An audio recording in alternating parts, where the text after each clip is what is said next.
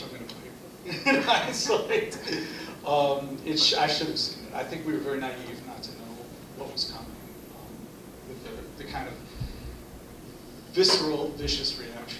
There is something. I tend to be very cautious about the use of the phrases fascism and proto-fascist, and my friend Henry Giroux sometimes ticks me off because he overuses them, in my opinion. There is a little something frightening about this particular moment, and I've studied this movement fairly closely. The so-called Tea Party, so-called movement, and it strikes me that well, it's not me. I read this article by Sean Wilentz. He says something very interesting. These dogs have been kept at bay for about 50 years. And people in the political class seem to know how to keep them in their place in the early 1960s. So JFK, he had this interesting speech where he talked about the Birchers, and he said you just flat out say they're insane. I mean, they've conflated liberalism with socialism and socialism with communism. There's no place for this in American political discourse. And on the GOP side, even William F. Buckley, this is what Wilentz talks about this. I had a big debate with Goldwater, but he put a cap on him. He said, we just can't have these kinds of people. Obama seemed to have absolutely no sense whatsoever how to deal with these people when they started their nonsense. And it started very early in February and March of '09 around the healthcare thing. And I swear, I think Hillary Clinton, because she knew about these people, she'd been dealing with them for a long time, I think she just would have went nuts. I mean, I think she just would have should have raided these people. They would have bombed them or something. I'm kidding. But they needed to be smacked down. And Obama had no capacity to do that at all, which is consistent with his profile.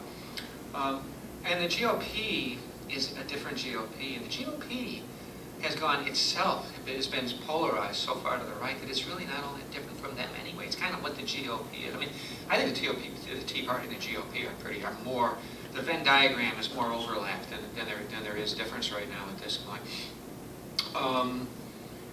And that's all kind of frightening. Well, the other thing that's emerged that did not exist before is the right-wing communications empire. We have never seen anything like Fox News and right-wing talk radio. When Noam Chomsky and Ed Herman wrote their book, Manufacturing Consent, they talked about these right-wing flat groups that were sort of out there on the margins, launching this assault on liberal, calling media left-wing and calling media liberal. Forget right-wing flash groups now. They have newspapers. They have the New York whatchamacallit and the Washington whatchamacallit, and they have Mark Levine, and they have Sean Hannity, and they have Laura Ingraham, and blah, blah, blah. And they have Fox News. I mean, they have Rupert Murdoch. So, and this echo chamber. It's really quite frightening, and increasingly now I think something along the lines of fascism is not to be poo-pooed.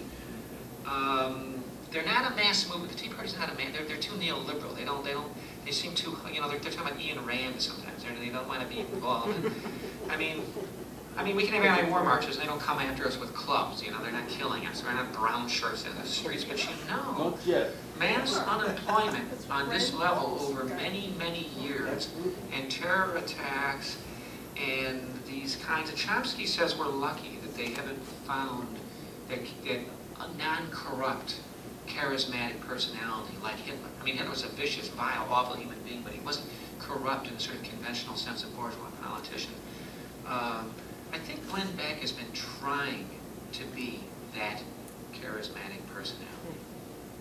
And at this point now, it's still very media-driven, I think. I notice when they try to have their big rallies in a sort of natural organizational kind of way, they're not that big, but when Glenn Beck, it's kind of a mediated phenomenon almost, but when Glenn Beck calls a rally, it's what was it, 1 million people or something like that? There was a debate about how many people. 87,000. Is that right? CBS, Yeah. So you're saying we need a Huey Long, where are you? Now do we need you? Some guy, yeah, let him be correct. But he's saying to the people, you dumbbells, you vote for the other party if you don't want me. But you don't know anything. You need somebody here to say that, to get the other side a little angry. That could be, to some extent. I was going to say also, on the left not having much to show for it, that October 2nd rally that I thought about going to was very unimpressive and ended up largely being an election rally. And then we had this thing the Jon Stewart Restore Sanity thing, in which he just tried to pretend that he has no ideology at all, and the enemy is ideology. And he claimed that we were under assault in America, not just from the Tea Party, right, from Stalin's. I mean, what is it? Is there a new communist Stalinist CPUSA that's on the march? Or, you know, steering this middle ground. On the racism thing, I found that the Tea Party thing, by and large, they're speaking in sort of neoliberal, colorblind, racist terms on the whole. But if you do go to the rallies, there are some really nasty, ugly, explicit, level one racist kind of statements. But I think with the black, white, and the Latino, it's still sort of, that open kind of Marquette Park 1966 racism. I don't see that like unleashed again all of a sudden on black, white, or black Latino. I mean, that's that Arizona bill, which is supported by the Tea Party. It's pretty damn nasty. But with the Muslim thing, that's one thing Tony and I found in our race chapter. The Muslim thing is just open.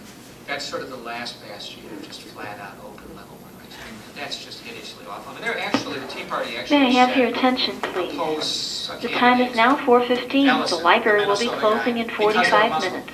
Internet services and library card registration will end today at 4:30. Well, we got 10 minutes. We don't have 45. Yes, ma'am. I wanted to sort of talk about the criminal justice system and some of the manifestations. When John Burge was on trial in Chicago. Oh, the torture? Yeah. Right. His defense lawyer asked for a change of venue that was not granted. And then our former governor, Rod Blagojevich, went on trial at the same time. And it was in the same building. And so that the first couple of days of John Burge, he was on trial. And then Blagojevich went on trial at the same time, and their trials went on at the same time. And not all, but Eric Zorn, for example, was forced by his job to cover Blagojevich.